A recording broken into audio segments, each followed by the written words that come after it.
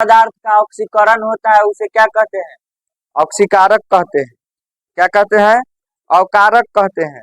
और जिस पदार्थ का अवकरण होता है उसको उसको क्या कहते हैं? ऑक्सीकारक। क्या कहते हैं? ऑक्सीकारक। ठीक है।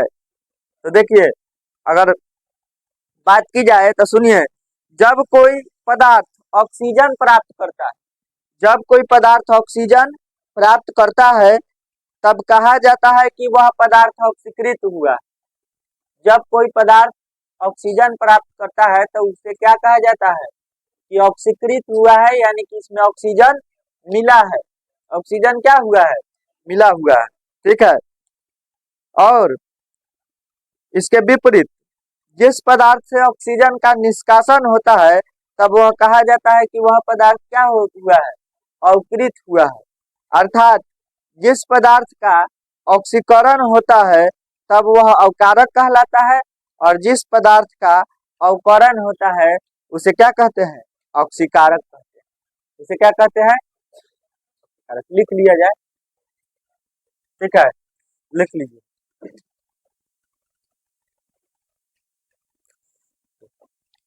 जब कोई पदार्थ ऑक्सीजन प्राप्त करता है, जब कोई पदार्थ ऑक्सीजन प्राप्त करता है,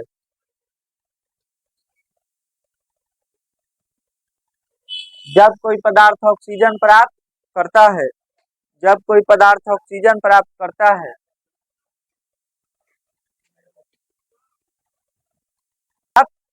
करता है, हो गया, तो वह पदार्थ ऑक्सीकृत हुआ होता है। तो वह पदार्थ ऑक्सीकृत हुआ होता है। हो गया।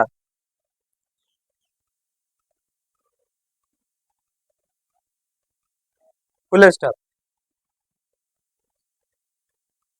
Full stop. तथा जब कोई पदार्थ ऑक्सीजन का निष्कासन करता है, अर्थात जबकि बोले है ना, जबकि जब कोई पदार्थ ऑक्सीजन का निष्कासन करता है तो वह अवकृत हुआ होता है। अवकृत हुआ होता है। अर्थात अर्थात अर्थात अवकृत हुआ होता है। अर्थात बेंचवा तैयार हुआ।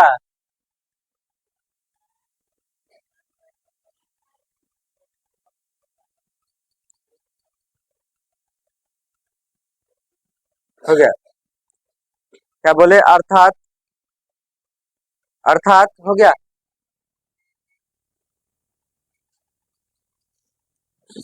अर्थात जिस पदार्थ का ऑक्सीकरण होता है वह अवकारक कहलाता है। अर्थात जिस पदार्थ का ऑक्सीकरण होता है वह अवकारक कहलाता है। याद रखना है, जिस पदार्थ का ऑक्सीकरण होता है क्या कहलाएगा? अवकारक। जिस पदार्थ का ऑक्सीकरण होगा क्या कहलाएगा? अवकारक। अर्थात जिस पदार्थ का ऑक्सीकरण होता है अवकारक कहलाता है। ठीक है।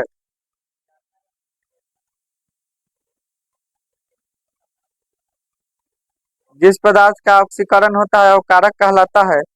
तथा जिस पदार्थ का अवकरण होता है तथा जिस पदार्थ का अवकरण होता है तथा जिस पदार्थ का अवकरण होता है तथा जिस पदार्थ का अवकरण होता है वह ऑक्सीकारक कहलाता है।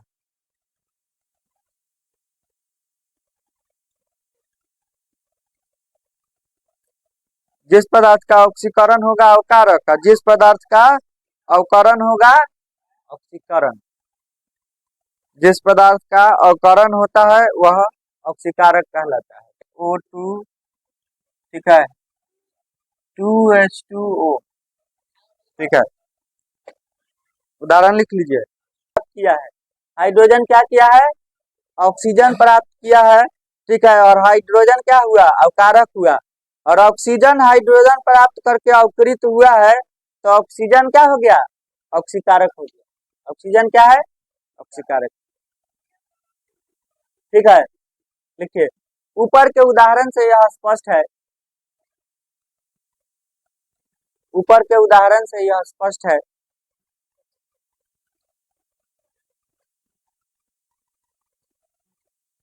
ऊपर के उदाहरण से यह स्पष्ट है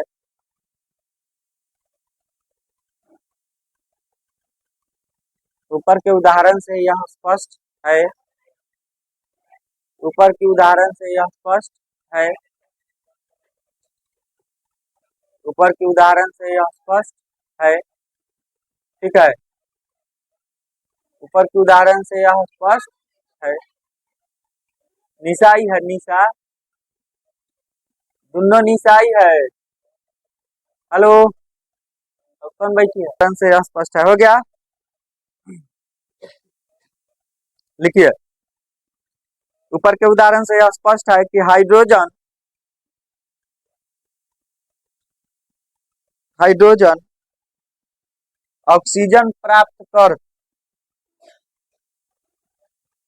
हाइड्रोजन ऑक्सीजन प्राप्त कर ऑक्सीकृत हुआ। हाइड्रोजन ऑक्सीजन प्राप्त कर ऑक्सीकृत हुआ है।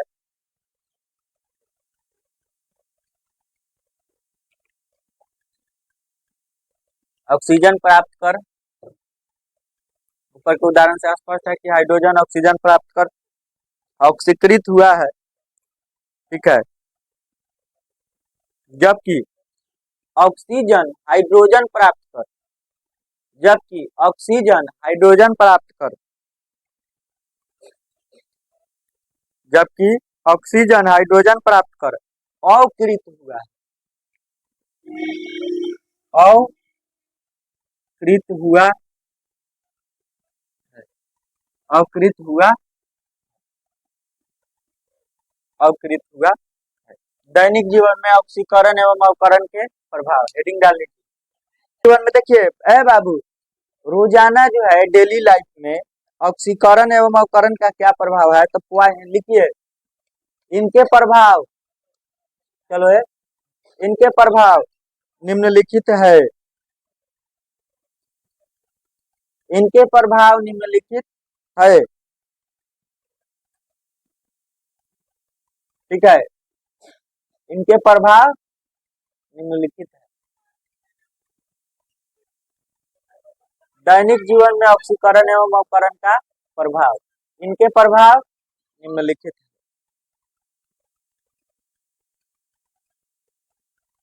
इनके प्रभाव निम्नलिखित है। देखिए, भोजन का पचना, पॉइंट नंबर 1 डालिए, लिखिए भोजन का पचना।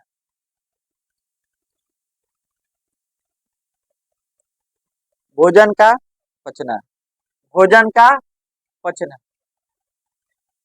भोजन का पचना। ठीक है, भोजन का पचना। ठीक है, देखिए बाबू, हमारे भोजन में क्या होता है, जो हम भोजन लेते हैं उस भोजन में क्या होता है। देखिए, तो चावल, आलू, ब्रेड ये सब लेते हैं ना, तो उसमें क्या होता है आपका, मुख्य रूप से कार्बोहाइड्रेट होता है। मुख्य रूप से कार्बोहाइड्रेट होता है। ठीक है, और पाचन के क्रिया के पूर्ण यह स्टार्च अपघटित होकर ग्लूकोज बनाता है। अपघटित होकर क्या बनाता है, ग्लूकोज बनाता है। समझे ना, जो हमारे शरीर में कोशिकाओं में उपस्थित ऑक्सीजन द्वारा, हमारे शरीर में कोशिका में उपस्थित ऑक्सीजन होता है, तो इसके द्वारा, ठीक है, ऑक्सीजन द्वारा ऑक्सीकृत होकर कार्बोहाइड्रेट ऊर्जा में बदल जाता है। कार्बोहाइड्रेट क्या चीज में बदल जाता है, ऊर्जा में बदल जाता है, परिवर्तित हो जाता है। और जो श्वसन छोड़ने के क्रम में श्वास छोड़ने के क्रम में कार्बन डाइऑक्साइड गैस हमारे शरीर से बाहर निकल जाता है एवं हमारे शरीर में क्या है जी, श्वास छोड़ने के क्रम में कार्बन डाइऑक्साइड गैस हमारे शरीर से बाहर निकल जाता है और ऊर्जा हमारे शरीर के ताप को, टेम्परेचर को कायम रखता है, संतुलन में रखता है एवं हमारे शरीर को कार्य करने के लिए बल प्रदान करता है। क्या? एनर्जी। समझे ना? जब हम भोजन करते हैं तब भोजन में क्या उपस्थित होता है? ठीक है, कार्बोहाइड्रेट होता है। और कार्बोहाइड्रेट क्या होता है? पाचन के क्रिया के क्रम में स्टार्च के रूप में बदलता है। क्या चीज में? स्टार्च। और यह स्टार्च जो है अपघटित होकर कार्बोहाइड्रेट पाचन होता है तो स्टार्च में बदलता है और यह स्टार्च अपघटित होकर क्या चीज में बदलता है? ग्लूकोज में बदलता है। और ग्लूकोज हमारे शरीर के कोशिकाओं में उपस्थित ऑक्सीजन होता है, उससे संयोग करके क्या करता है?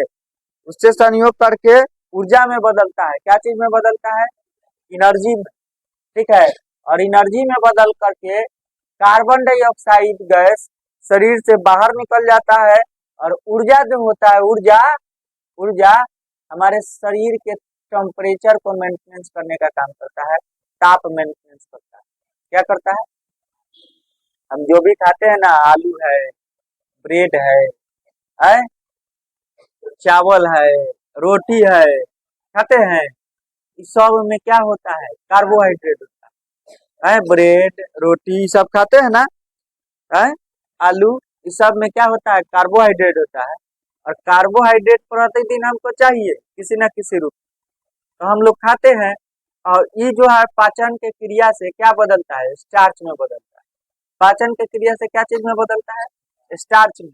पाचन के क्रिया से स्टार्च में।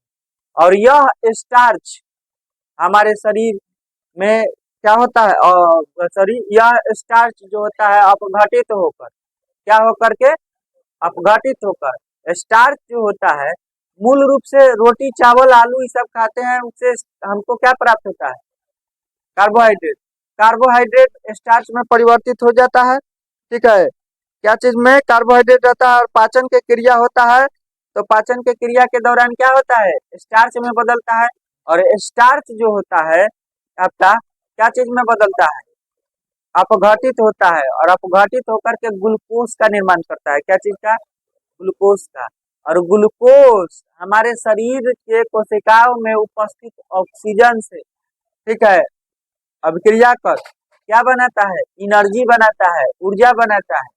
ठीक है, और उसमें कार्बन डाइऑक्साइड शरीर से बाहर निकाल दिया जाता है श्वसन के दौरान। ठीक है, और जो बचता है एनर्जी, वह हमारे शरीर के तापमान को मेंटेनेंस रखता है, टेम्परेचर को मेंटेनेंस रखता है, समझे ना? और काम करने के लिए बल प्रदान करता है, शक्ति। समझे? काम करने के लिए बल प्रदान करता है। तो लिख लीजिए,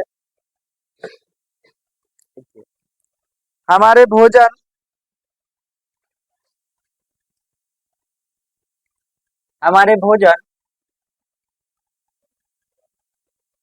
ठीक है, हमारे भोजन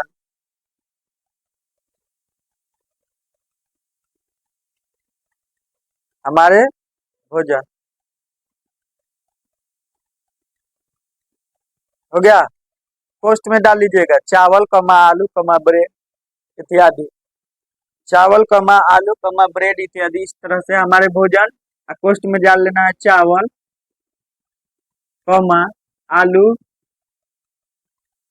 आलू, ब्रेड, ठीक है, इत्यादि, etc। ठीक है, चावल, आलू, ब्रेड इत्यादि हो गया, ब्रेड इत्यादि में मुख्य रूप से कार्बोहाइड्रेट रहता है। में मुख्य रूप से कार्बोहाइड्रेट रहता है। मुख्य रूप से कार्बोहाइड्रेट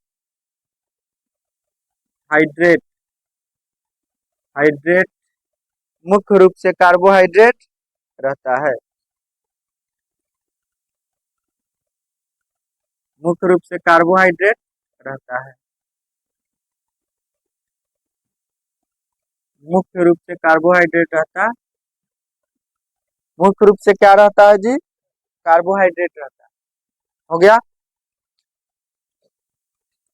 देखिए ये पाचन के क्रिया के दौरान ये पाचन के क्रिया के दौरान ये पाचन के क्रिया के दौरान ये पाचन के क्रिया के दौरान ये पाचन के क्रिया के दौरान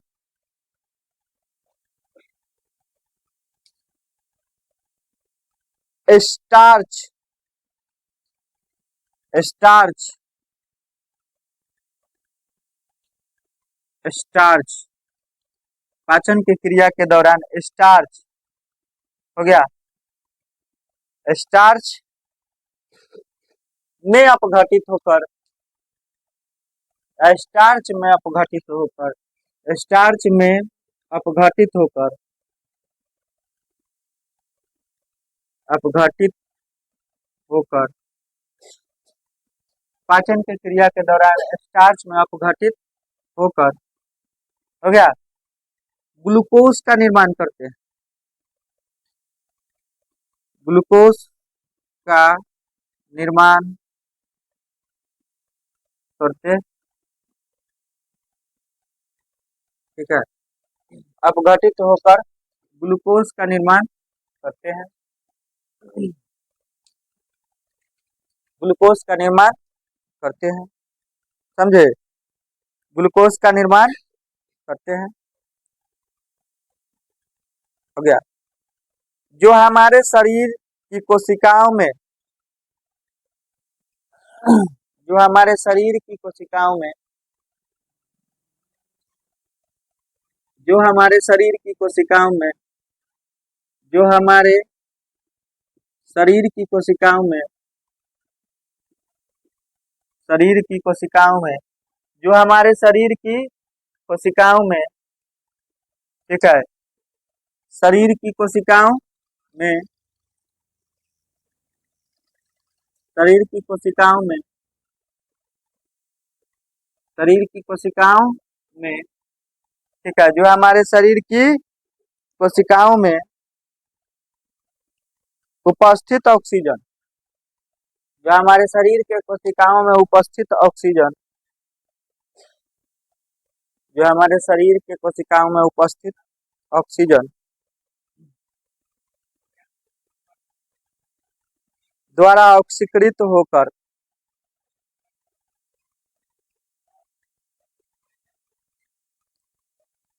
हमारे शरीर के कोशिकाओं में उपस्थित ऑक्सीजन द्वारा ऑक्सीकृत होकर कार्बन डाइऑक्साइड और ऊर्जा CO2 और ऊर्जा CO2 और ऊर्जा ऊर्जा में परिवर्तित होते हैं। CO2 और ऊर्जा में परिवर्तित होते हैं परिवर्तित होते हैं परिवर्तित, ठीक है, परिवर्तित होते हैं। CO2 और ऊर्जा में परिवर्तित होते हैं परिवर्तित परिवर्तित होते होते हैं। CO2 और ऊर्जा में परिवर्तित होते, ठीक है, परिवर्तित होते जो श्वास छोड़ने के दौरान जो श्वास छोड़ने के दौरान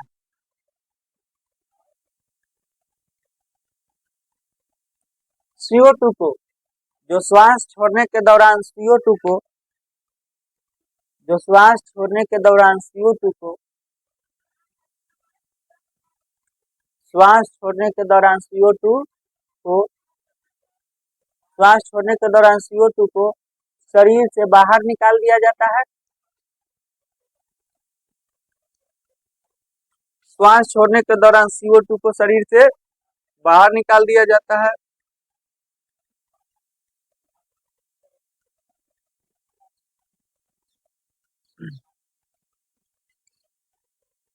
हो गया। तथा ऊर्जा हमारे शरीर को तथा ऊर्जा हमारे शरीर के तथा ऊर्जा हमारे शरीर के ताप को नियंत्रित करता है। तथा ऊर्जा हमारे शरीर के ताप को नियंत्रित करता है। तथा ऊर्जा हमारे शरीर के ताप को नियंत्रित करता है। तो ऊर्जा हमारे शरीर के ताप को नियंत्रित करता है और कार्य करने के लिए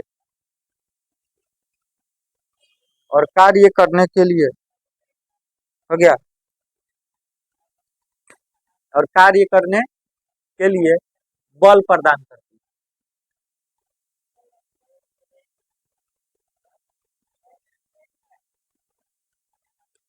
कार्य करने के लिए बल प्रदान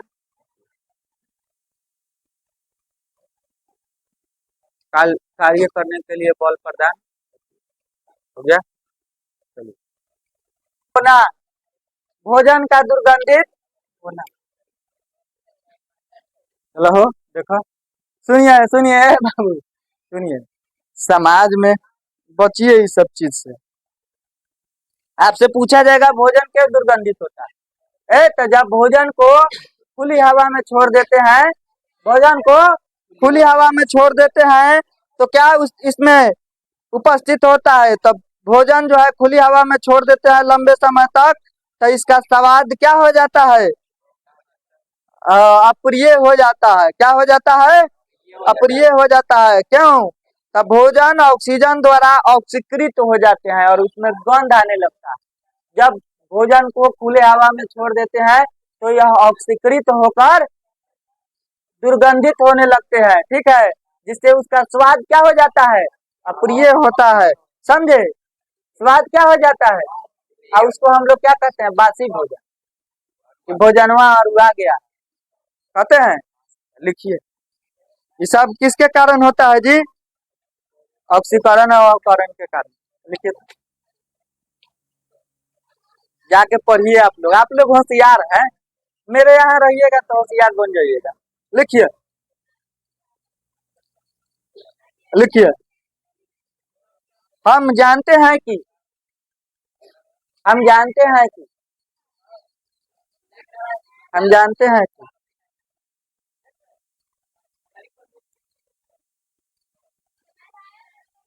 ताजे भोजन का स्वाद प्रिय होता है। हम जानते हैं कि ताजे भोजन का स्वाद प्रिय होता है। अच्छा, हम जानते हैं तो खराब लगता है, कहिए तो कल से नहीं डांटेंगे। हाथ उठाइए तो कल से नहीं डांटेंगे। हम जानते हैं कि ताजे भोजन का स्वाद क्या होता है, प्रिय होता है। हो गया, फुल स्टॉप। यही भोजन जब खुले हवा में यही भोजन जब खुले हवा में हो गया। कटनी का अवसर दिख रहा है, अभी कटनी खत्म नहीं हुआ। यही भोजन जब खुले हवा में लंबे समय तक छोड़ दिया जाता है, यही भोजन जब खुले हवा में लंबे समय तक छोड़ दिया जाता है, तो यह भोजन में उपस्थित वसा, तेल, वायु में उपस्थित ऑक्सीजन द्वारा भोजन में उपस्थित हो गया वसा, तेल, वायु में उपस्थित ऑक्सीजन द्वारा वायु में उपस्थित ऑक्सीजन द्वारा वायु में उपस्थित ऑक्सीजन द्वारा ऑक्सीकृत हो जाते हैं। वायु में उपस्थित ऑक्सीजन द्वारा ऑक्सीकृत हो जाते हैं, ठीक है। जिससे भोजन में दुर्गंध होने लगते हैं, जिससे भोजन में दुर्गंध आने लगते हैं। ठीक है, वायु में उपस्थित ऑक्सीजन से ऑक्सीकृत हो जाते हैं, जिससे भोजन में दुर्गंध आने लगते हैं तथा इसका स्वाद तथा इसका स्वाद अप्रिय हो जाता है, तथा इसका स्वाद अप्रिय हो जाता है। स्वाद क्या हो जाता है जी? अप्रिय हो जाता है। चलो राजू।